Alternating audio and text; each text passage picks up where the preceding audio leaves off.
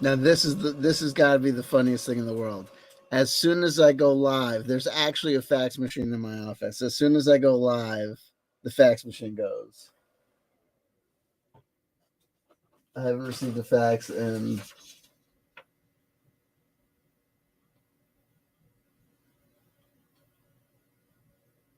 10 bajillion years. Okay.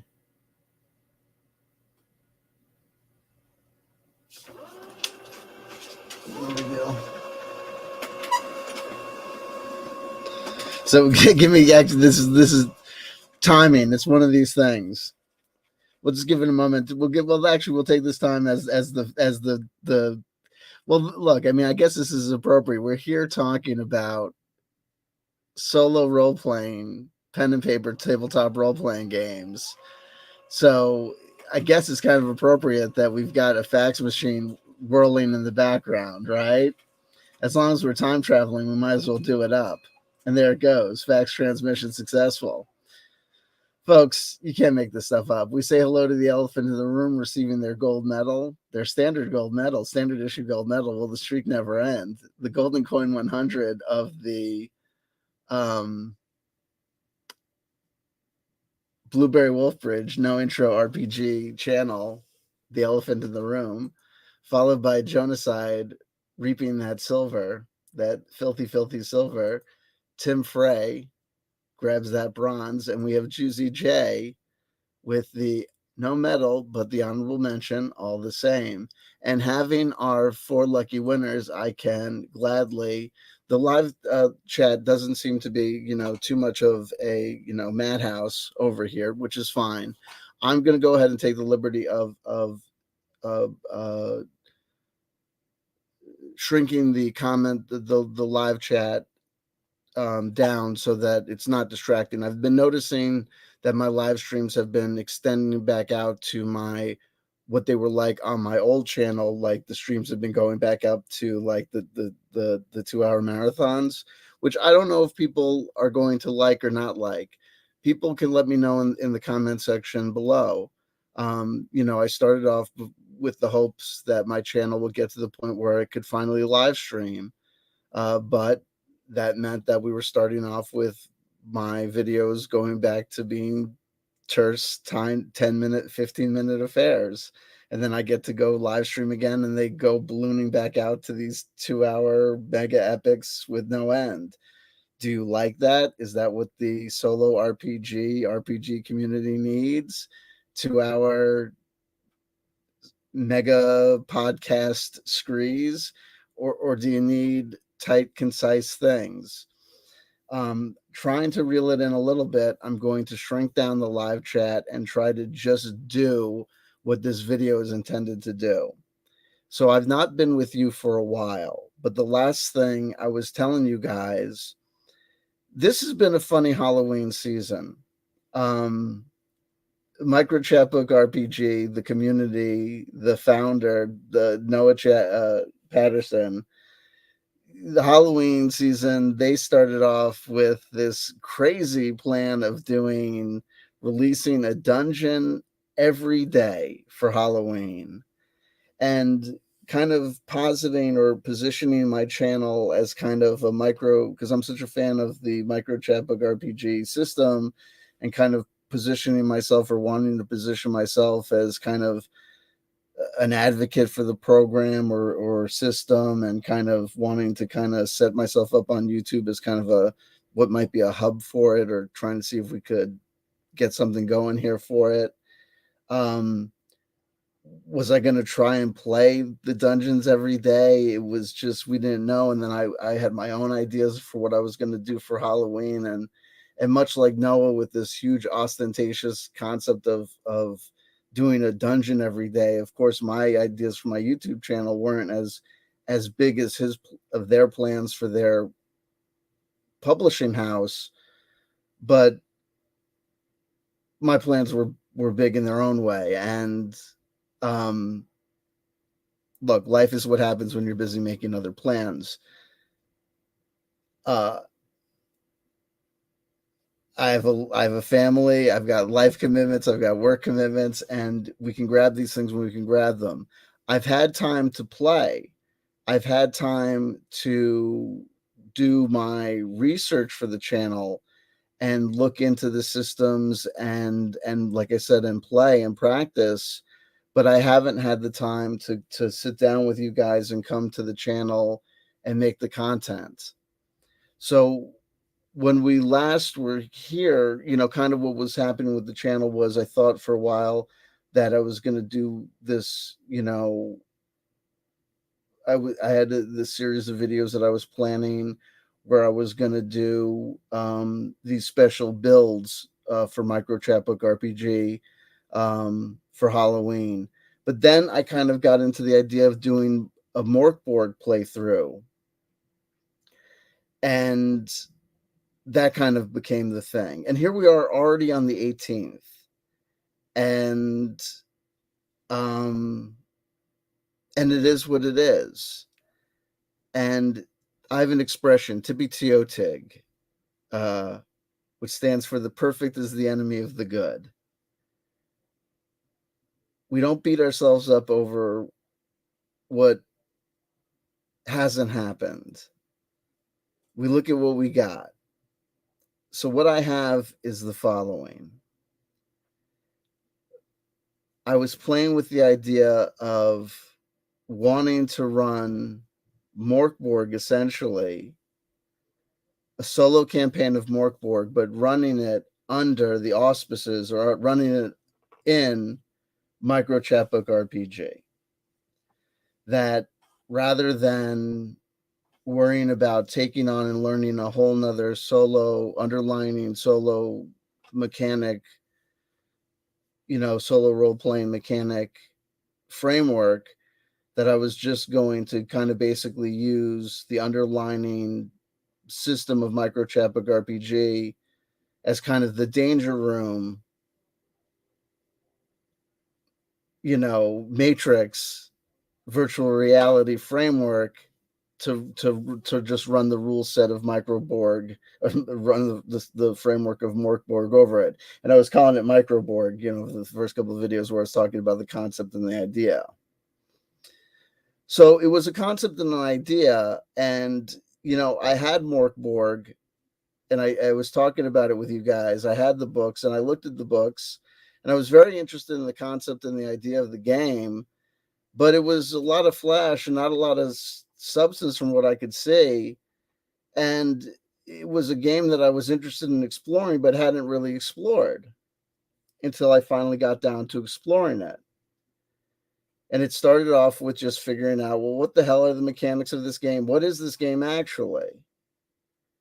And the game has two components, which is the style and the lore and the world. That's one aspect of it, and the culture. That's one aspect of it. And then there's the mechanics, which is almost like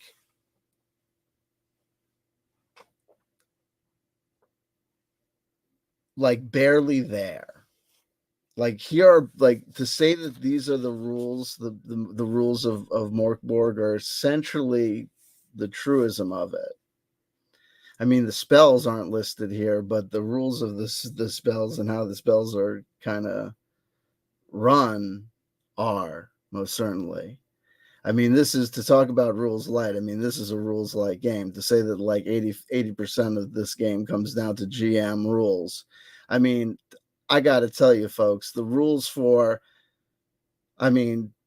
poison damage is listed, but the rules for the application of poison to a weapon and how poison is administered to, and how long it lasts, that's not given at all. That's just assumed, and it's not even articulated. They don't even have the decency to say, oh, by the way, things that are not laid out for you, like a lit torch as an improvised weapon and fire damage associated with same, or rules for the application of poison to a weapon and administration of poison from same to a monster. Things like that are not articulated is assumed is left to the GM to decide. They don't even say that.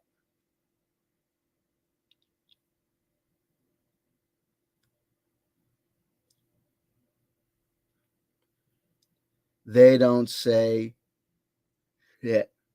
And as is the rule in 2022, because we're in the fall of Rome, as far as Western society is concerned, apparently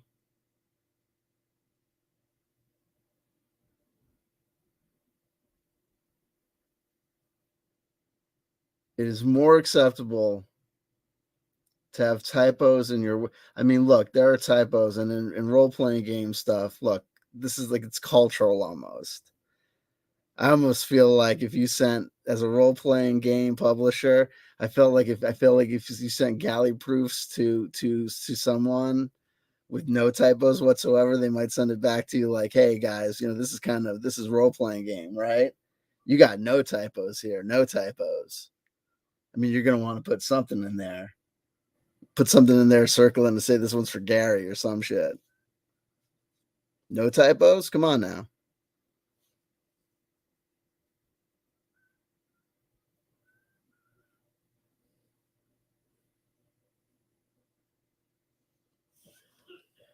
You know what I'm saying? But I mean, like, it's just, you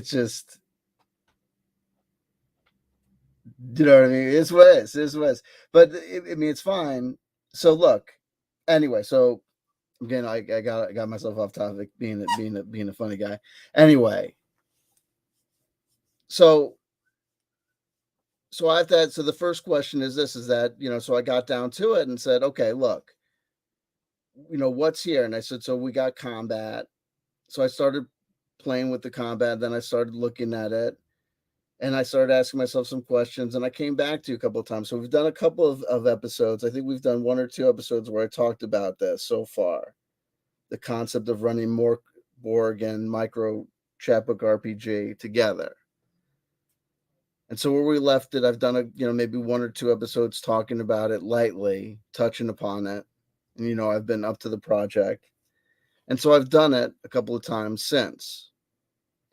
And so the purpose and where it kind of brings us to now is this, is that getting more serious about it, talking about it more, and having had more opportunities over the last couple of days that I haven't been with you, but that I have been working on the project, spending serious time with the main Mork work, and then also with this supplementary work, the territory, which opened the doors because this provided the basically the bottom line for us is this: is that does micro chapbook RPG and Mork Borg work together like hand in glove? I mean, at this point, I can tell you, and when we go through the notes, I'll do it. I'll do it probably for you 3 or 4 times to the point where it becomes nauseating. I mean, you could take any standard micro chapbook RPG scenario, especially the early ones, and if the Mork Borg is a little bit interesting, the way that they treat their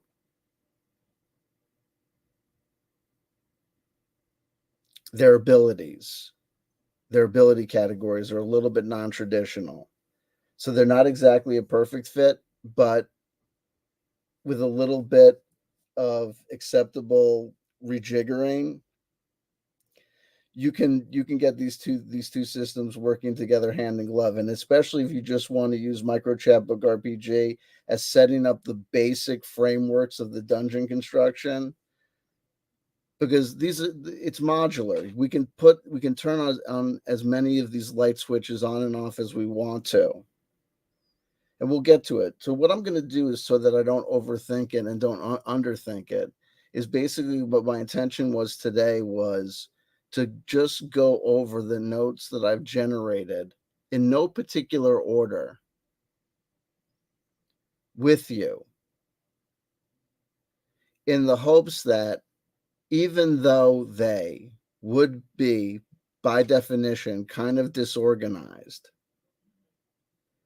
it would still throw enough of what was kind of going on so far with me and the process out there, that you would know and understand what was going on with where I'm headed with the playthrough, and where I'm headed through with the channel, and kind of how I think what I'm trying to get out of this. Because basically what's happening is this, is that with Micro Chapbook RPG is basically the basic dungeon room setups, matrix program for dungeon generation and world generation, because we got extended rules for world generation that we can use post the dungeon crawl, that that I think is universally applicable to not just the world of Micro Chapbook RPG, but that I think can set up shop in Mork, Borg, or any given scenario world. And part of where I'm going with this is that what we want is not just a scenario that's going to help us play test Mork, Borg, but we want to set up a scenario that's going to help us be able to play test and run other games, other OSR games, Black Hack, the white box rules, whatever game we want to play, Teenage Mutant Ninja Turtles and other strangeness. We want to basically be able to run as many games solo as we can without having to reinvent the wheel every time and come up with new things. And I think we'll be able to get there. Like I said, I didn't do a lot of prep for this video, so if these things are if this content is by definition out of sorts, it is by definition out of sorts. But without further ado, and without overthinking it, let me just do what I keep on threatening to do, which is go over the notes in no particular order. And like I said, the point being is that what essentially we'll hopefully end up with is just a kind of clearinghouse of what notes have been generated so far, which may not be exhaustive of every concept that I've explored in working on this Micro Borg project so far, but will be kind of give you enough of a kind of a place of updating the community with where I'm at. Okay. So a lot of this stuff is, like I said, so I took some of these notes out of order, meaning that I may have made some notes here last night, but I may have made notes, somewhere here, earlier on or whatever. Okay, here, so October 17th, 2022, this is 2 days ago. Yet another random change of course, ongoing project, one of several, Micro Borg, random notes. The longer you play a system world setting, the better you will get at it. Case in point, me and Micro Chapbook RPG. So this was me, basically just, I mean, it's kind of an obvious statement, but it's true. This was also kind of a statement because, in doing this channel, there's sometimes some frustration because I'll want to have content to do, but I'm not ready to do the content. So I'm burning to want to do the Mork Borg solo playthrough, but I just know that I'm not ready to start yet, because I just know that if I start the playthrough now, it's going to be a frustrating experience because I'm just not ready. I'm just not comfortable enough with the combat. I'm just not comfortable enough with how we're going to handle healing, whether or not I'm going to go for option A or option B. But I'm just reminding myself that the longer that we stay with it, the better we'll get at it. I'm also reminding myself because what was happening was that I was starting to get excited, because what will happen is I start to make progress I would get to the point where I was starting to make progress with starting to feel like I was making progress with getting a handle on the Mork Borg combat rules and how it was going to start to work with Micro Chapbook RPG. And the minute I started to feel like I was making real breakthroughs with how it was going to work with Micro Chapbook RPG, just as far as the dungeon crawl, and I started to project forward and feeling like, kind of real sense of confidence with how it was going to work with the village and the shop building. Then all of a sudden I was already like 3 steps ahead, and I found myself in my living room already flipping through um Lamentations of the Flame Princess. And I was like, whoa. You know what I mean? Like I was already, like looking through Lamentations of the Flame Princess. I was already thinking about, Dungeon Crawl Classics, and I was like, slow down, Haas. Slow down, bitch. You haven't even done playthrough 1 of Mork Borg. Do you know what I mean? Slow down. You gotta chop wood before you build a fire. Do you know what I mean? Like I was like, what? And then here's number 2. Remember to note value of, this is just me making notes here. Unearned combat rolls. What? Unarmed combat rolls and improvised weapons for when you lose weapons due to critical loss fumbles. This is just me like note taking. This is just like me coming up against things for the first time. Here's another note. A Mork Borg monster enemy entry will include the following data points: name, hit points, morale, if applicable, armor reduction, damage reduction, weapon and damage dice, possible special attack with test requirements or special rules, mechanics, amount appearing. So that was just me. It goes to show you that I'm taking notes and, like learning the system. It's also me learning, Mork Borg is not necessarily considered part of the old school revival, but it's considered part of that culture. Instinct of certain more modern role-playing game mechanics, insofar as it's rules light and player and referee agreement heavy. It's not looking for the rules to tell you what the fuck happened. It's looking for you and the referee and the table to come to a consensus and be able to fucking chief it out and, play the game decently. You know what I mean? And, and deal with it. And so we'll get to this. We're going to get to this when it comes to a question, because some of this is going to come down to whether or not I want to play Mork Borg or what I'm going to get out of Mork Borg. Because, different players are looking for different things, and different systems are going to frustrate different people. It's also important to take into consideration what things like the special attacks and the test requirements, because we're going to want to ask ourselves, how are Mork Borg monsters different than micro chapbook monsters? Because we may not need micro chapbook RPG to do all the things that it usually does. We'll get to that when we get to those notes. Like, we might not need to keep everything that micro chapbook RPG does. Important point to note: micro chapbook RPG, don't keep it if it's just noise. This is exactly the point I was getting to. Possible case in point: the stats effects of the rooms. Do we need them? Probably not. What do they add to Mork Borg? What do they preserve of micro chapbook RPG that can be perceived, felt? What am I talking about? Let me show you exactly what I'm talking about here.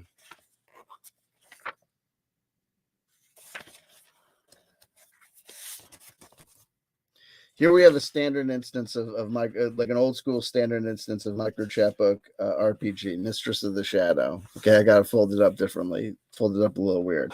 Here are room types, and the room types standardly in micro chapbook RPG. Micro chapbook RPG, the way it works is that there are 4 stats. Strength, dexterity, wits, and charisma. You can kind of, imagine how they kind of line up to standard stats in most average role-playing games. There are 6 different room types that can be generated on a roll of a 6-sided die when you're generating dungeons. And generally, 4 or more of these rooms will affect negatively or positively one of these given stats. For the early iterations of Micro Chapbook RPG, the golden rule was if there's 6 room types,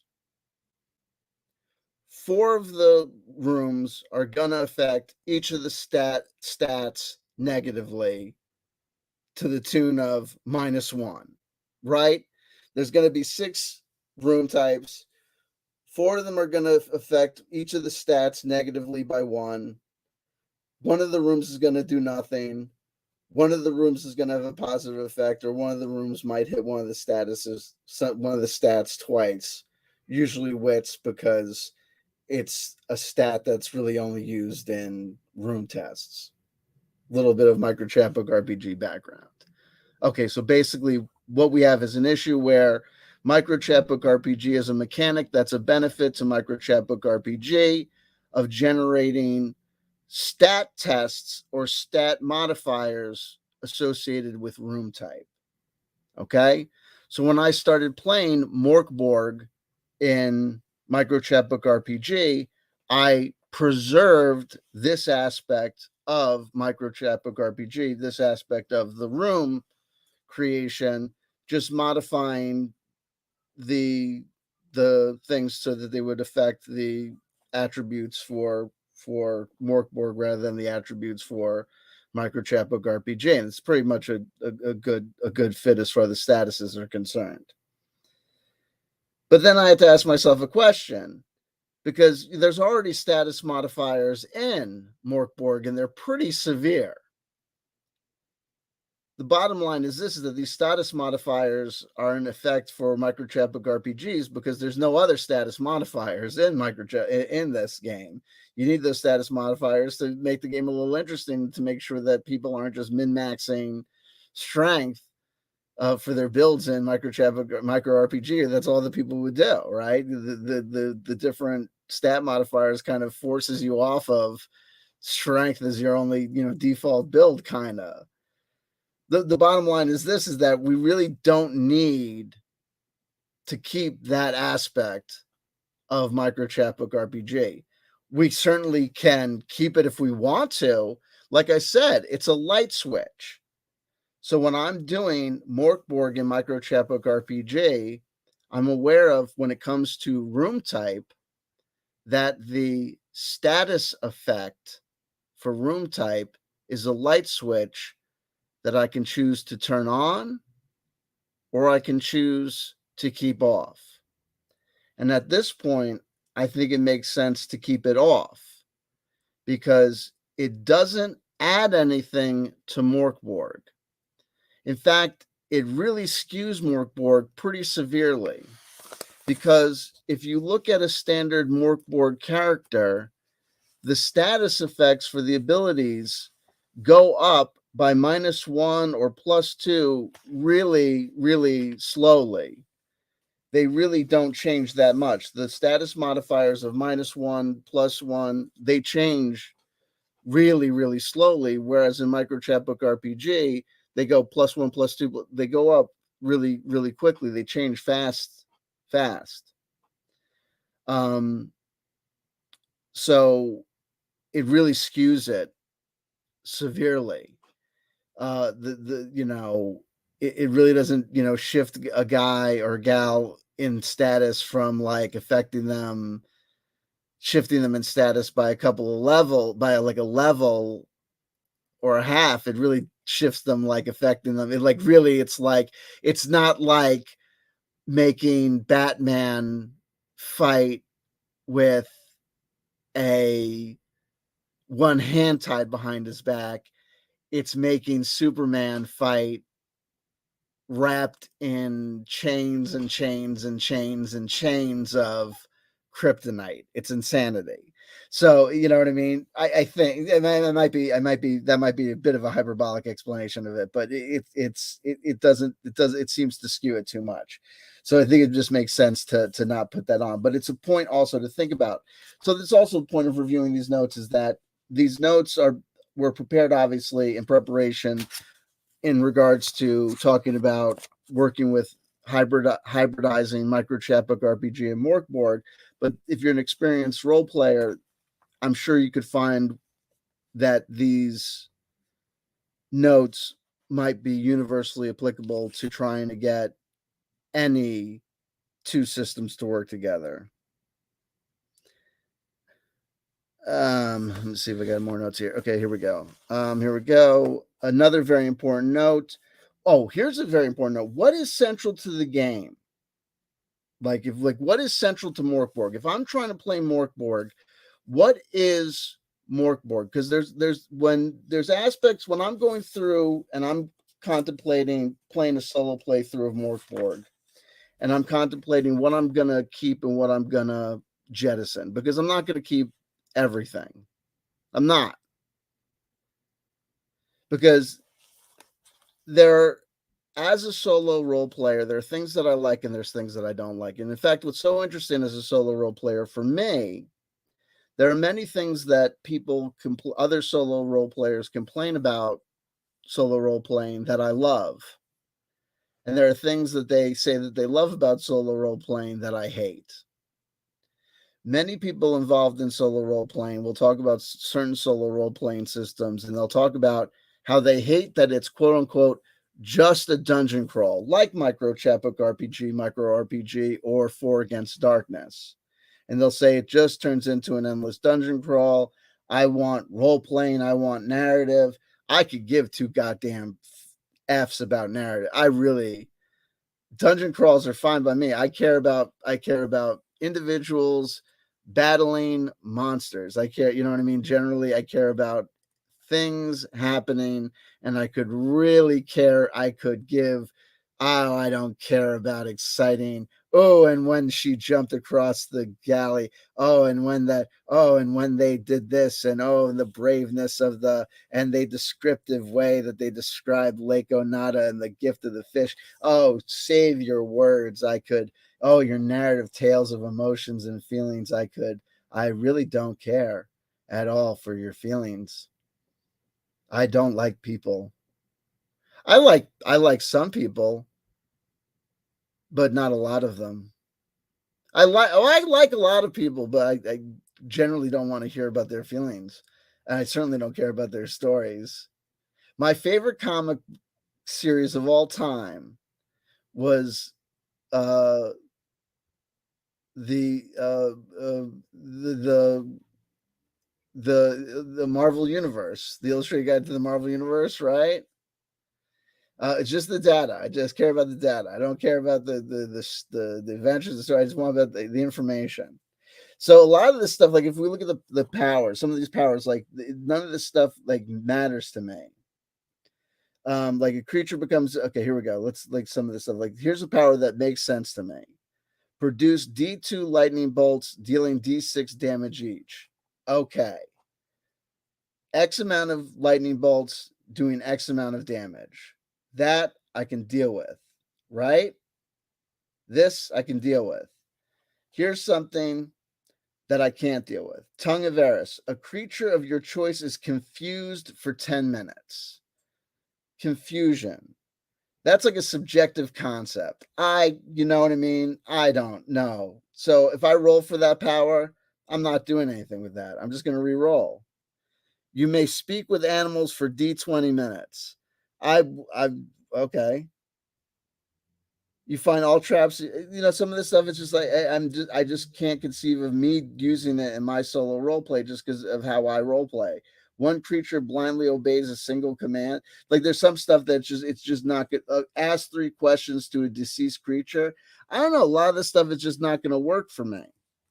It's just not going to work for me or how I roll. Like here we go. Here's the occult herb master can make something called Southern Frog Stew. Vomit for D4 hours, pass a D14 test, or you can do nothing else. There's no point in which I'm gonna be role playing, hallucinating for X amount of hours or vomiting for X amount of hours. Do you know what I mean? I'm also not going to do long form involved role play involving management of water resources or food. I'm not doing it. Like I saw a great video recently of someone talking about things that they're never going to bring back during the old school revival. And one of them is you're never going to see a reissue. You're never, like, never say never, but I'm saying never. You're never ever going to see a reissue of like the Wilderness Survival Guide or like that, like Underground Survival Guide that they did for Advanced Dungeons and Dragons. It was like, I bought them when I was a kid and had no idea what the heck I was buying. Do you know what I mean? But it's like these are like the driest tomes of information ever. Like, I'm not doing it. I got better things to do with my life than to, than to play, walking simulator, the tabulation machine. So I'm just not doing it. So it's like, what is the most like? So there's aspects of this game, Mork, that I think are just absolutely essential to the game of Mork. There are things that are like really, like, I think important to the game, and I'm not just like I think some of this is like I'm talking about Mork in context, but I think some of this would be universal. That could be, I'm talking about Mork, but these are questions that any role player can ask themselves about any system that they're thinking about. You've got a new game in front of you, or you're a new game that you're contemplating playing, and you got the material in front of you, you're going through it, and you don't have to worry about a table of other people. You don't worry about a game master who's got their own agenda as far as what they want to do or how they want to play it. You don't have to worry about making sure that, your team is ready for tournament play or your miniatures are, ready for, tournament play or anything like that. It's just you doing solo play.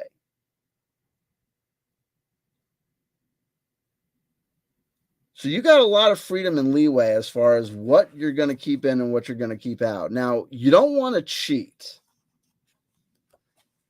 And you don't want to miss out on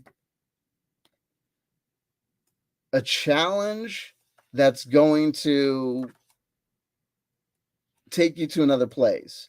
I hated the experience of playing Demon Souls. It was not what I wanted to do and enjoyed, but it changed my life and introduced me to a whole new way of playing video games. The Souls series of video games like Dark Souls and Bloodborne and all that stuff. But those games are not necessarily fun all the time. They can be frustrating. They can be upsetting. So if there's frustration and upset, I don't necessarily want to say goodbye to frustration or upset. But I don't want to necessarily sign up to every frustration or upset just to sign up to it.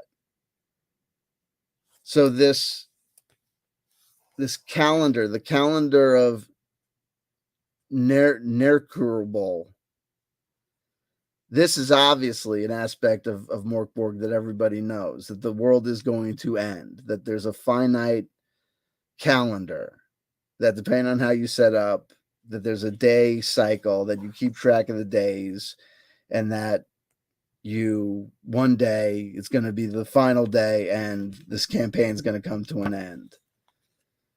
So I want to preserve that. I want to make sure that I roll the die for the days.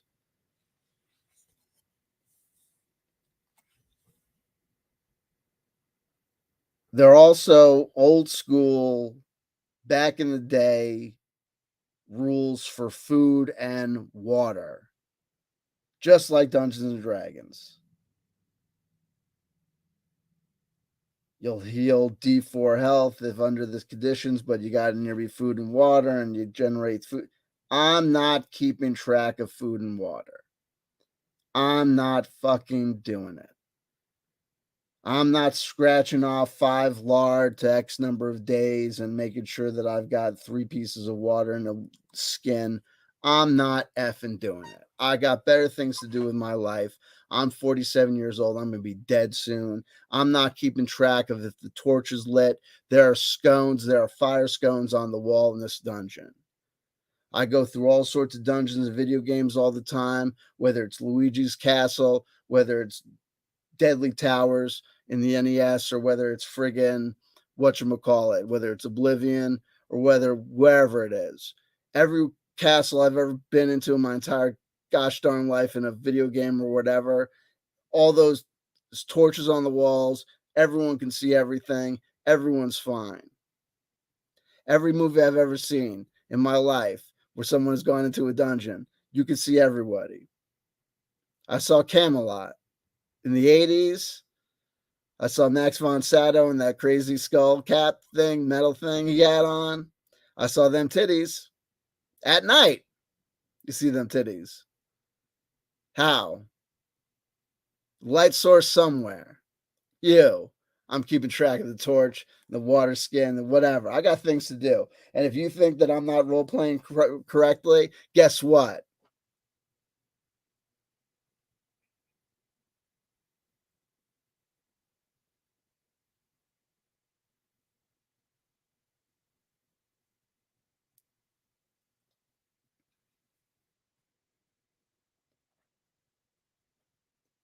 I may be wrong, but I dipped on playing role playing games for like a million years. My life story involves the following. I'm not going to go here. I'm going to go here. I probably had, no, I don't do that. Okay. Listen, I'm going to go back to my notes. Those are safer.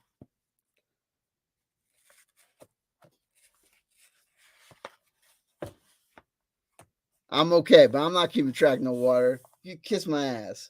I'm gonna keep track. And here's the other thing: you roll these 3d6 in order. You're gonna roll these stats in order, son. You better not be. You better roll these stats in order, or what? Or what? You gonna roll these stats in order, or what? We gonna come to my house? What are you gonna do? What are you gonna do?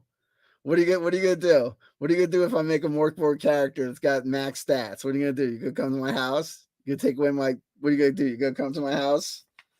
Friggin' Pele, text and game designer Pele from Sweden.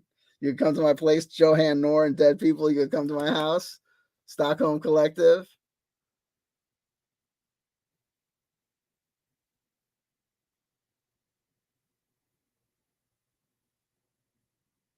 Yeah, right. Come on now.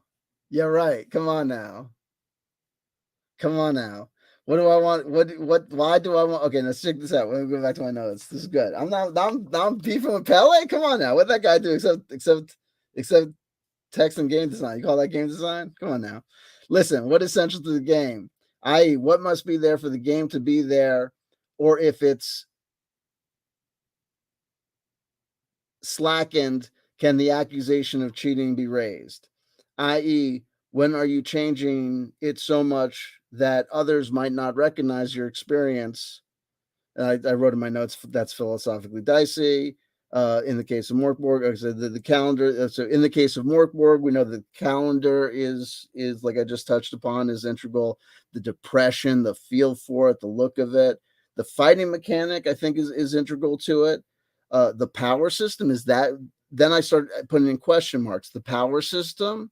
So in Mork, you roll for your powers every day. I think this also goes into whether or not it was important to keep the status effects of micro chapbook RPG and why I thought it was not. Because there's enough things in Mork that puts in fuck your character. We don't need micro chapbook RPG putting in more status effects. Mork puts in enough. For example, let's say we have a character like a magic using character like a pale one or a sycophantic serenader or whatever. I don't know what the bard is called. I forget. You are gonna have to roll every morning to figure out how many times you can use your powers that day. It's a very similar mechanic to a lot of old school uh, role playing games. Now, if you roll crappily, you might have only one use of your power that day. So, y'all, if you're on a solo role play, solo yo play, you remember Lake Car? Yo, it's crazy. Don't eat one. Not very filling. Um, Depending on the roll of the die, if you're a solo role player and you got a magic based you character, you might have like one day where you're like, I guess I'm not leaving the tent today because my guy can't do shit unless shit is dying. Because like, okay, so I got this pale one here. So one of the pale one powers is um there's a special power that they can have where they can use the magical powers, but they don't use them like on from scrolls like most characters in Mork. They just use them intuitively, but they get a random power every morning or night, and but they so they'll get a random power. So this particular kind of character will get a random magical power every day. So it's this character is completely random. So every morning, this character will wake up and roll the die. And depending on the roll of the die, they'll get a random magical power and they'll get a random roll to see how many times they could use that magical power. So, depending on the day, if we look and make reference to the Mork power chart, and you got to know and understand that people make their own powers for this game. Like, there's a lot of like out there stuff for this. So, you might be able to use 10 instances. Like, so for example, if you roll the right way, you might be able to cast like 5 times on a given day the following spell. All creatures within 30 feet lose a total of 4d10 health. That means basically you can drop a nuclear bomb like 5 times and like clear 5 rooms. That's just you like clearing rooms and just like automatically leveling up. That's just great, right? Or you might get the following power. Um, let's find it. Let's find a crappily one. Hover for, or you might get. You can do the following once today. You can hover for presents for D10 rounds. Hover. What the heck am I going to do hovering? There's no aspect of my solo role playing that involves hovering at all.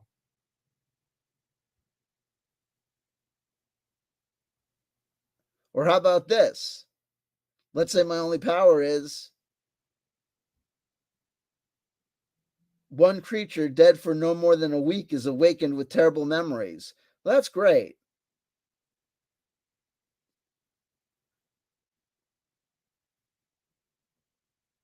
You know what I mean? Like you might have, like if that's my solo guy and I've got 1 HP, like, man, you know what I mean?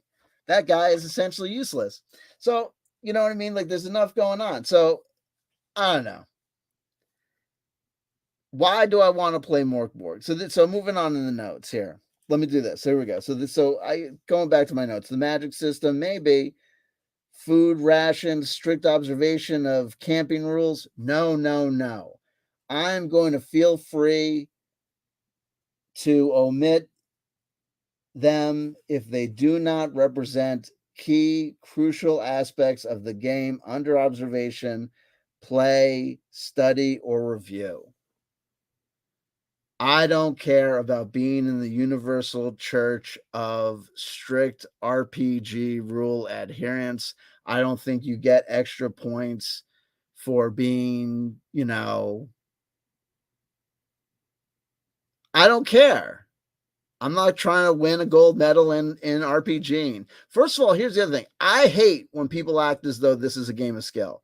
When people from the old school revival or old school revolution act as though there is some sort of increased skill set or a better play involved in what they're doing versus players involved in 5e, that that because the characters are more powerful in later generations of games than they are in earlier generations of games, that the early generations of game players are somehow playing with a greater skill set or something is like ridiculous. You're rolling dice. You're doing nothing. These are all games of chance.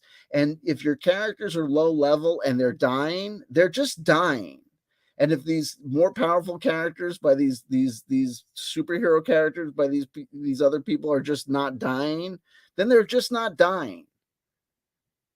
And if you think that you're like somehow a better person because you're enduring generating more characters who are then dying symbolically, and you think that you're like a more, you know, stricter or more better person because you're ripping up these pieces of paper, like you're destroying data sets, like, you know what I mean? Like that's the other thing that I understand. Like people who destroy character sheets, like you're destroying data, like you're destroying an abstract piece of data. That's not a person. It didn't die. No one died. So destroying the data set does nothing because that 5 in strength, that 4, that 3 in dexterity, whatever, a 5 in strength, a 3 in dexterity, 1 in charisma, or whatever, will be replicated again. In you know what I mean? It's just, it's just numbers. Like there's no point in like destroying information.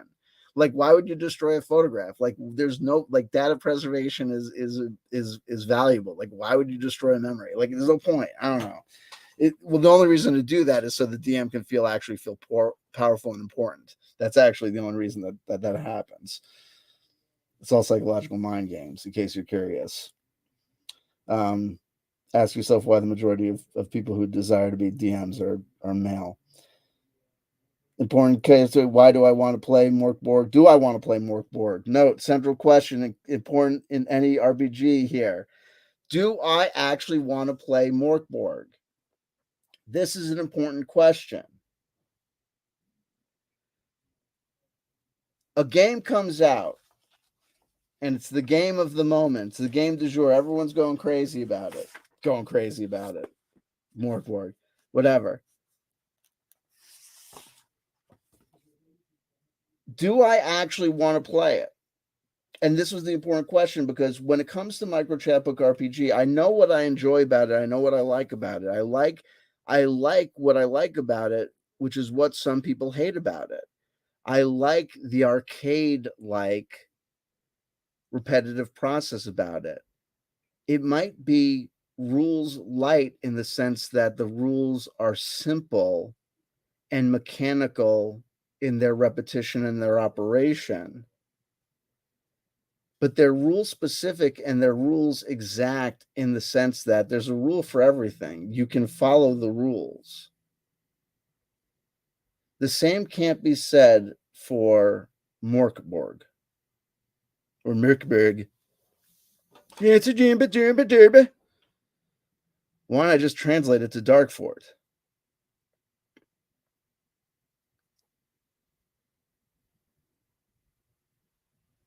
If I'm an individual who just wants to follow the rules and just wants a simple, repetitive, arcade-like experience, then an old school style narrative, rulings not rules, might be the exact opposite of what I'm looking for, because it's going to give me something else. So when I was going through Merkberg, I had to say to myself, I'm encountering stuff, some of which is going to work for me and some of which is not.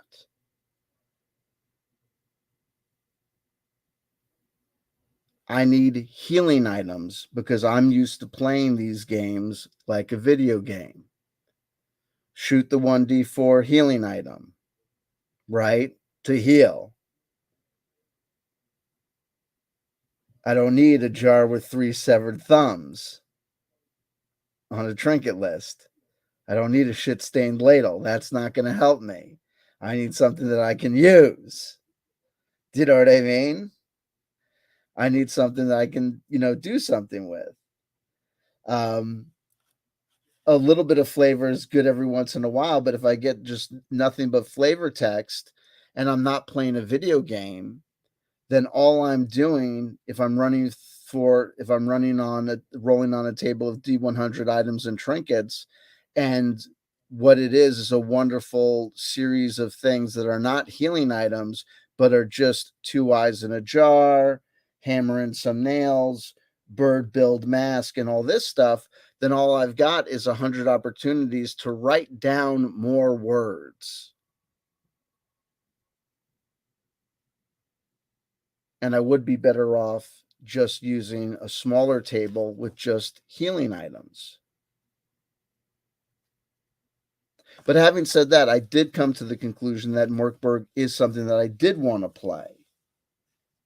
I mentioned the Souls games before from video games: Dark Souls, Demon Souls, Dark Souls 2 and 3, Bloodborne. I love those games. I love black metal. Hey, yo, black metal? My black metal roots go back to Venom. First guy I saw in Corpse Paint was Gene Simmons. Technically, the second guy I saw in Corpse Paint was King Diamond, right?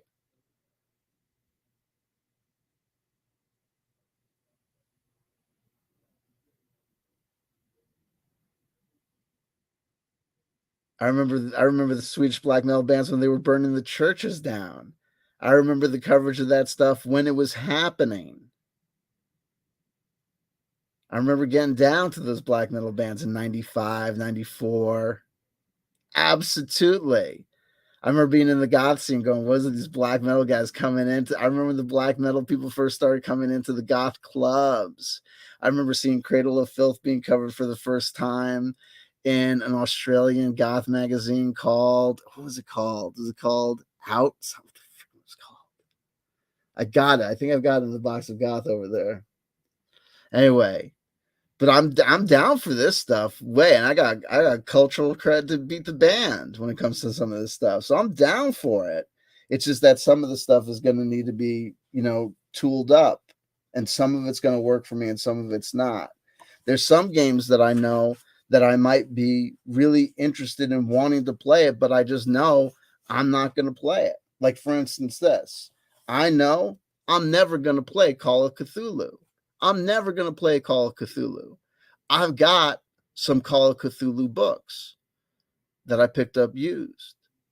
Why? Because I'm a mad Cthulhu. I'm a mad H.P. Lovecraft head. I love the Cthulhu mythos. So when I knew about Call of Cthulhu, I was like, yo, man, I can't wait to play Call of Cthulhu. But then I quickly realized, like, yo, I don't want to play Call of Cthulhu. I saw videos of people playing Call of Cthulhu. I saw my friends talking about people playing Call of Cthulhu, and I realized, shit, I don't want to play Call of Cthulhu. Why? For the same reason that I own a lot of what we call it, these stealth video games, like what do they call this guy? I'm terrible with names. Solid Snake, Metal Gear Solid. Man, I'm an impatient video game player. I can't play those sneak games, those stealth games. There are some people that are all about those. That's what they play. They get that. What do you play? Stealth games. What you down with? What'd you play? I played Solid Skull, Solid Snake, Snake Eater, Freedom Force 5, the remix, Japanese only, PS4 exclusive. What'd you do when you beat that? Played Beyond Human, stealth mode. Shit, fuck. Yeah, I got that on XPlay 360 bonus pass, but I've downloaded it, never played it because I want to play it, but every time I do, first guard always busts me because I don't have the patience. Call of Cthulhu, same thing. I don't want to sit the world on people sitting around being classy and talking to each other and classy shit and then running away from shit. I don't do that shit. I want to do that shit. I don't want to do that shit.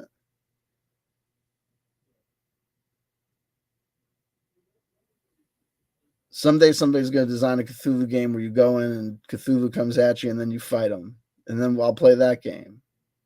You know what I mean? But in the meantime, everyone's playing Call of Cthulhu where you like sit around and like strategize and you talk for a while and then someone goes insane and you talk some more. That's awesome. And I'm not dissing it, but I'm not going to play that game. Why? I have no desire to stand around in period dress and be like, talk to people about shit and then go insane or whatever. Do you know what I mean? Like, I got shit to do. Do you know what I mean? Like, whatever. Do you know what I mean? Like, it's like it's not saying that that's not something to do. It's just I'm not doing it. Even though I would love to play Call of Cthulhu because I love Cthulhu, man. But it's just not the game. Do you know what I mean? It's like if there's like some like crazy like hot chick, like she's like mad, like crazy hot. And then you go up to her and you're like, hey, you know, what's going on? She turns, she's like, ah, blah, blah, blah, and you're like, I can see past that. And then you like bring her out with your friends. You're like hang out with her like in the park alone. You're like just making mild conversation. You're like, I can deal with this.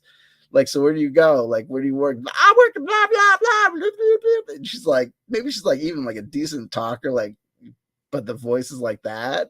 But then you try to bring her out with your friends. Your friends are like, yo, I can't. You can't.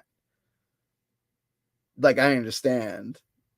Date her for how long or whatever. I feel bad. I don't know how you're going to break up with her because she looks like what, but there's no way.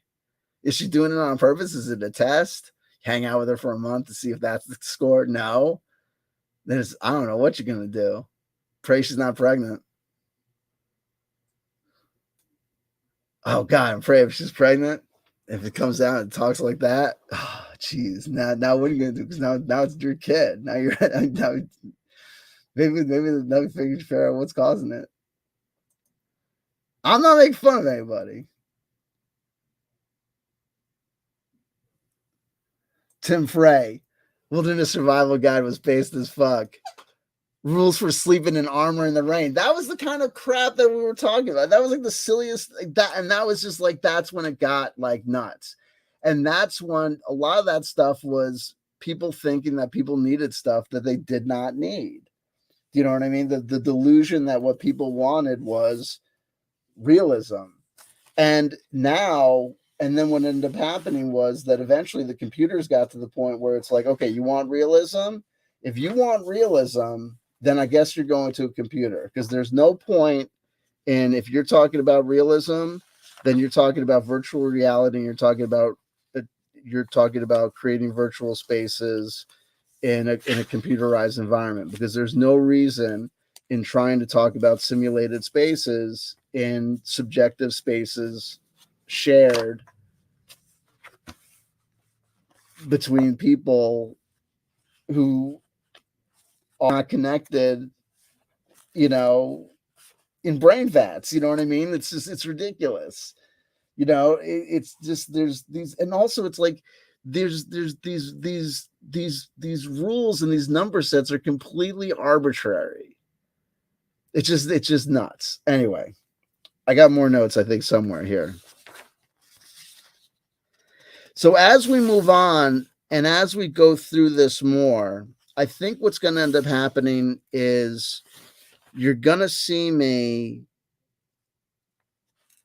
talk about a couple of things. Number one, I think what's going to be fun is I'm going to try and figure out a couple of things. Number one is the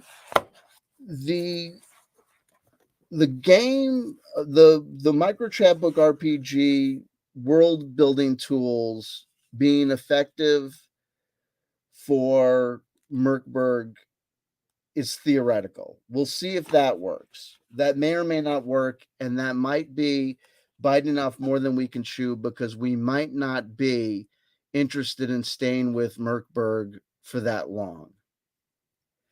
We definitely want to get through and get to the point where we do at least a playthrough or a few. What I would like to see happen is go through a few playthroughs, at least a couple of battles. I would like to see how we're going to visualize battles on this channel. I don't know. I would like to see us go through a couple of Mork Borg scenarios, either just individual battles or a dungeon. I would like to see us do that with one character of a couple of different builds, different classes, options. And I would like to see us do that with a team, because this game is Merkberg is very deadly. I also am interested in seeing how the two systems interact. And what I would like to do, I have an idea for a couple of videos that might be shorter videos to see if we can have some fun and generate some interest in seeing if we can't do some conversion work. Meaning that I think that some of the base characters from Merkberg can be translated, and I could do a conversion of them for Microchatbook RPG. I think that'll be easier, and I think it'll also be easy to do a quick guide to how to convert micro RPG characters to Merkberg. I think that that's a 5-minute video. And then when we get through that, then I think it'll be an easy peasy case of just we'll be able to take that experience, hopefully build off that experience to then have a framework to then repeat that process with other role-playing game systems in order to start looking at what we can do. Because what I think might be interesting and what we might start to see be able to happen is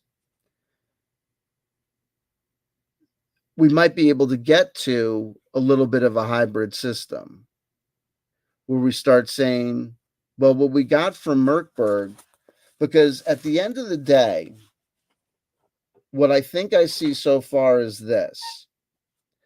There's a lot in Merkberg that I really, really, really, really like. But I don't think it's like it's a great place to visit, but I wouldn't want to live there. Much like Australia. No. Much like a lot of the Dark Souls games. I could see myself going crazy on it for 9 months, but then needing to leave it for 2 years.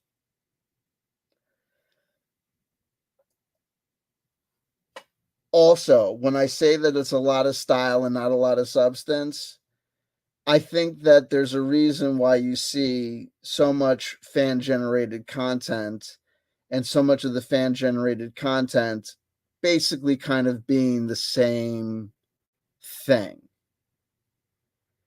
which is basically another random table of rusty, shit-stained, brassy, corrupted metal. Do you know what I mean? With an eyeball and a bubo. Do you know what I mean? It's just it's like black metal itself. It's just there's a YouTube channel called Pagefire, and what they do is they make these videos. It's like how to make black metal, how to make vomit core, they make fun of all these little subgenres by basically saying, like, showing you that like all of these like subgenres basically have like 3 basic characteristics that these bands just repeat over and over again.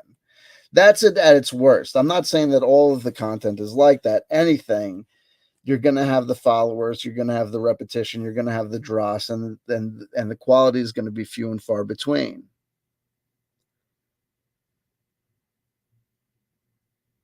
Stuff that's just fluff, stuff that's just words, is not stuff that I can work with and not stuff that's going to get me anywhere. Stuff that has a number, a mechanic, and a thing that can be applied is stuff that I can work with, stuff that I can take, stuff that I can analyze, and stuff that I can transfer and take with me to a different system or wherever. That's stuff that I like. I like stuff in systems that aren't inert, but that I can work with. I like that there are ideas in these unique character classes that I think can be taken and worked with and utilized and maybe brought over. So I don't think that Merkburg is going to be a place that I'm going to, like I said, live 10,000 years, but I definitely think it's something that's going to be a great experiment in playing a different mechanic in the context of micro chapbook RPG, and I think that that's going to free us up, and I think that there's going to be a ton of stuff that I'm interested in converting and getting out of here and getting over into micro chapbook RPG. That's part of what I'm excited about. I'm excited about trying to take these world building tools of micro chapbook RPG and seeing if we can't set up a kind of beachhead in the in our virtual Merkburg. Also, I know this. My Merkburg is not going to be Merkburg. I don't even think it's going to be called Merkburg. I think it's going to be called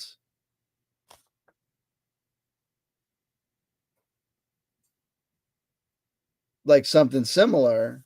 I think it'll have the same names, but I think it'll definitely be like, pastel goth. It'll definitely have to be, a little bit more jazzy, because it's too much. And these kids are kids. I've got no respect for the youth. Everybody knows that about me. Let me see if there's any other notes that I need to go through with you guys. So a lot of this stuff is going to be rules that I'm going to have to make up along the way as we go because it's just not let out there.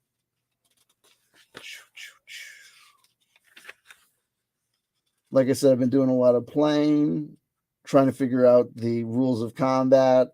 I feel like I've got them, which means that I probably don't. Also, the rules for leveling up, I feel like I'm going to just change and alter them. Also, I'm going to tell you this right now. One thing that I'm going to have to totally get over, it's like I'm going to have to get over like my reluctance to break Mork Borg. Like all these games have these rules, like you roll 3d6 for the stats and you do it in this order and you can only do this after that and you have to do that. And I'm like, why? Who made you God? Who said that was the rule? I'm not gonna why can't I just make the stats all crazy? Why? Do you know what I mean? And it's so you can't just cheese the game. And I'm like, well, why can't you cheese the game? Who told you that you can't do that? It's it's your I bought the game for $20. I'm gonna do what the fuck I want with the game. I buy an NES game. I can't hack computers. Even the games you buy them and they're you can do this. You can add these mods to Oblivion. Whenever I try to mod a game, it never mods for me correctly. Whenever I try to mod a game, people are like, "Oh man, you get this mod and you can make your gals in Dark Souls. They'll have big titties and they'll have no tops on." And I try to do it, and it'll be I don't know, then all of a sudden, everyone, the headlights are all off in the game, and things are floating, and it's never it's never works right. It never happens. So the great thing about these pen and paper RPGs is talk about hackable. Do you know what I mean? I have erasers on my pencils. I can hack your friggin' game. Do you know what I mean? You know what I mean? What is friggin' who's this guy? What is friggin' Gonnerman gonna freaking come to my like place and gonna like freaking like rough me up. Do you know what I mean? Like it's like freaking like Matt Finch gonna like come to my place and like jack me. You know what I mean? Like what happens? You know what I mean? Like someone gonna find me out. Here we go. Oh, here's some more notes. Rule. Oh, here we go. I haven't got these numbered. This will work. This will be bad. Oh, here we go. I may have gone some of these with you already. Oh, these are just random. So this is like how to play. This is like one of the first notes I ever made. How to play Mork Borg Micro Hunter. This is the first note. Game objective: to get one kill or capture for profit or market using Mork Borg rules for CC combat enemies loot value. What the fuck? While using micro RPG rules of dungeon creation and monster stocking. Go until you find a monster that does not flee, escape, or you may see just treasure rooms. Oh, there you go. So those was the first proposed rule for the game. Then a rule for combat. Oh, here we go. Initiative rule as per Morkborg. Then ranged combat if possible as per microchapbook RPG. That would be the room was 4 units squares or larger. If no ranged attack for party possible with initiative or or other party with who will or can possibly attack with penalty charging party, then assume that moment or turn is spent closing the gap. Okay, so this is okay. If no ranged attack for party with individual or other party. Okay. If no ranged attack is possible. So we're gonna so here's the so the rule for combat would be so we'd roll for initiative as per Morkborg. Then we'd engage in range combat if it was possible as per Microchapbook RPG. Then if no ranged attack was possible for either the party with initiative or the other party who would attack the party with initiative with a penalty because the other party would be charging them. If no party had a ranged weapon, then we would assume that first round would be spent or moment would be spent closing the gap. They would be coming towards each other. They would calculate the damage and or effects of that step if there was ranged battle. Then number 4 would be then we do the melee combat step as per Morkborg, using same initiative order as if attack, defend, resolve had occurred no matter what. 5, repeat, but with no ranged attacks possible in close quarters for players who have not been able to stay at range, if i.e. group play or multiple characters. An alternative rule would be old school microchapbook RPG style, keep range step despite loss of realism. All right, so here's let me try and illustrate this point. So in microchapbook RPG, range combat is only possible if there's like 4 rooms or more. If I can see if we do this. So let's say we have an end. We have. This is gonna be crazy. I'm not gonna worry about that. It's gonna be insane to me trying to illustrate that. That'd be insane. Anyway, it's just going over the rules, possible rules. And I didn't explain it well because I'm reading. Maybe I explained it well. I don't have confidence that I explained it well, but maybe I did. On room type, here are the stats. Here are the stats how they would go. Microchapbook RPG stats strength is equivalent to the strength stat in Morkborg. The dexterity stat in Microchapbook RPG is equivalent to the agility stat in Morkborg. The Microchapbook stat of wits is the equivalent of perception, right?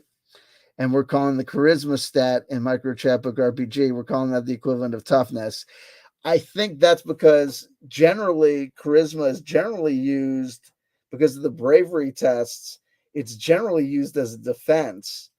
If you wanted to, depending on how your character was using it, I think for when I get to conversions, depending on how your character was using it, you could either use it if you were using it as kind of a bard or a magic build. You might do the conversion switching out for perception and maybe using your wits as your toughness. Depends on the type of build you were using and trying to convert. The room type D6, uh, I noted here we already kind of went over this to the negative effects, and I said it could just get rid of the negative effects or just lose this aspect of micro chapbook RPG. Doorways, keep or leave, like 8 above. And then I said you might want to keep this, but no loss with la. Just go through. Need 2 or 6 item list for the treasure rolls. And then I went through a couple of different options for doing the treasure rolls in micro chapbook RPG and how to convert them. The first conversion was dried food, torch, lard, lantern oil, medicine box. And then the second draft was dried food, lard, elixir vitalis, medicine box, which was just all healing items. But here's the thing. In Mork Borg, you heal for ID4 every time you literally rest, even for a moment. So when you heal for ID4, when you even just rest, it almost makes the simple healing items or the treasure roll for simple healing items kind of redundant. So I might get rid of that rest rule because I'm not using the food and water stuff, which kind of is tied to that. So I might just substitute healing items for that and then allow for the use of those healing items wherever in the dungeon, just like you do for micro chapbook RPG. Like I said, like I know that not everyone is going to be as familiar with both these systems as I am, and I know that I'm going back and forth. Here's another proposed rule. Gotta micro chapbook RPG it when it comes to multiple enemies in combat. Number 1, doability, manageability, practicality. Number 2, survivability. What do I mean by that? You only fight one enemy at a time. Kind of essentially. It's the easiest way to describe it.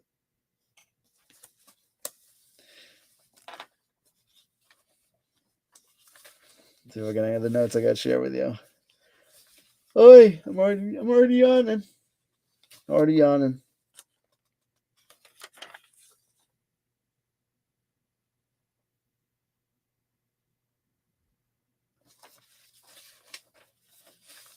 So these systems can actually work with each other very well. The numbers are so close together. You know, the difference between the system of stats that run 1 through 6 or stats that run 3 through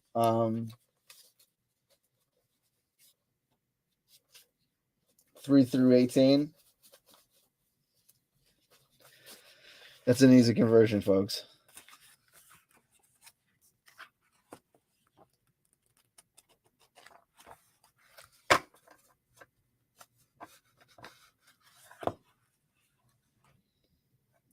I think those are the notes that I wanted to share with you, and it still took me an hour and a half. Can you believe it? Okay. So thank God I didn't do a longer video. Jesus. Okay. So those are my notes. Those are what I got for you today. The adventure continues. I continue to play Mork Borg. I continue to practice. Primarily what I've been doing is practicing combat. Basically coming up with, I've just been generating, there's an online character creator. So I've just been playing online, basically online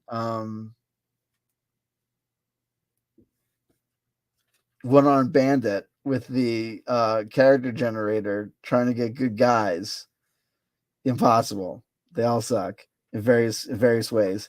No, but I got some good. I got some winners. So I basically have been either trying to get one guy teams, two guy teams, three guy teams, and trying to find monsters that they can fight effectively, and just practicing the combat. And it's a new combat system for me. It's not the most complex combat system in the world, but when you're not used to it, and especially when you're doing things like trying to run multiple characters who have different powers, or you're trying to keep track of things, on character sheets that you're not necessarily used to working with, then I'm kind of a disorganized person, or you're working late at night, you make mistakes, you're trying to keep track of things, and you're taking notes and doing all these things. I'm still practicing at the same time, looking at the material with one eye towards practicing the combat, and with another eye towards trying to put in some energy and effort into trying to figure out where the story is going to be, where the adventure is going to go, what's going to make it interesting for people, and what's going to make it interesting for me.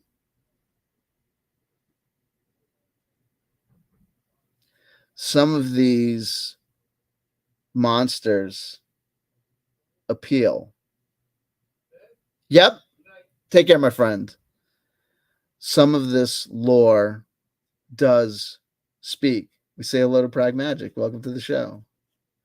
And some of this leaves me high and dry.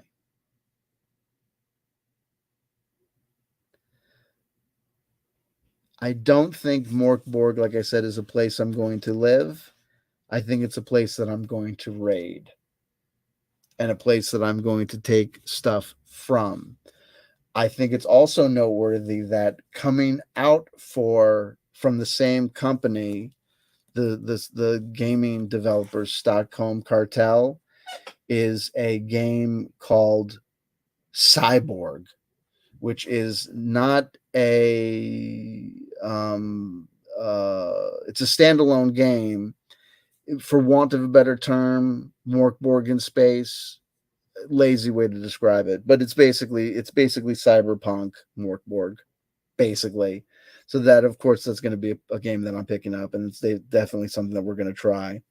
And it's supposed to be compatible, so yeah, absolutely. Okay. And like I said, where do I think we're going to eventually end up going with it? I think these characters, these classes, are going to end up being converted to micro chapbook RPG, and then when we do that, I think these classes are going to be becoming vampires and zombified, and vice versa. And then when we do that, then we got to figure out how to get micro chapbook characters into Morkborg, and vice versa. And then we find out how the rules get reversed back way. Yep. You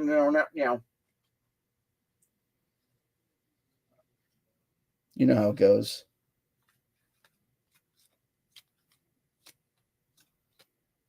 Flip it, remix it, reverse it faster than Boogie 298-5539654-39685's cryptocurrency account rating.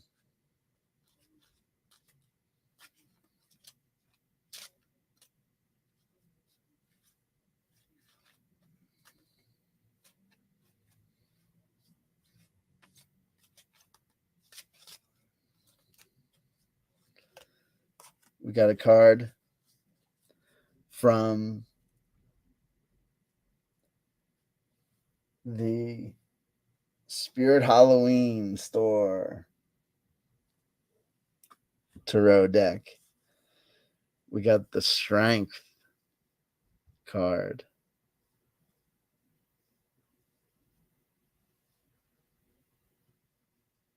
which they emblazoned with the Manticore. With the Strength card normally has a lovely female associate with them, but the Manticore can carry the message all in one. Strength. It's not just about the power. It's about the control of the power. right? It's about the ability to use it.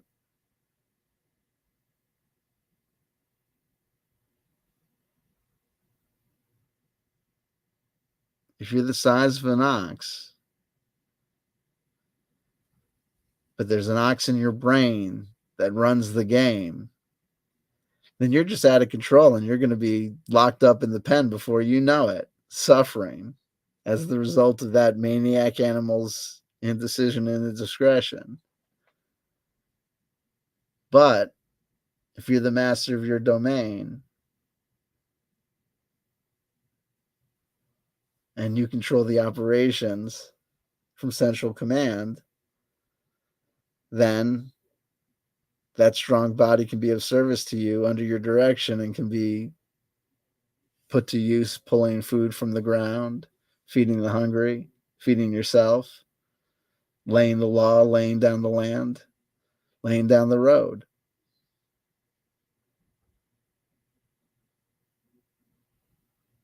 And here we have the manticore ascending, using their strength to get up and out. But it's directed. It's not out of control. If it was out of control, it would go nowhere. Here we see the sun looking down upon it, and then, as if in reciprocation, the manticore looks up at it as if drawn up towards it. It's reciprocation. The higher speaks to the lower responds to the higher. These things, when in communication and in talk, work well together. If there's disorder, then there's no strength. You can be as big and as powerful as anything, but you're in fact weak. And you'll be brought down accordingly. There you go. We also notice this. The strength. We have a little butterfly here in this card here. And it might very well be the fact that it's the butterfly that is leading this manticore up out of the valley, directing them and distracting them up, saying, follow me, follow me. Out of your confusion that has mired you down and trapped you. And maybe the inspiration of this flighty beauty that allows the manticore to come up and escape. Reminding us that strength can be defined and found on many, many different levels.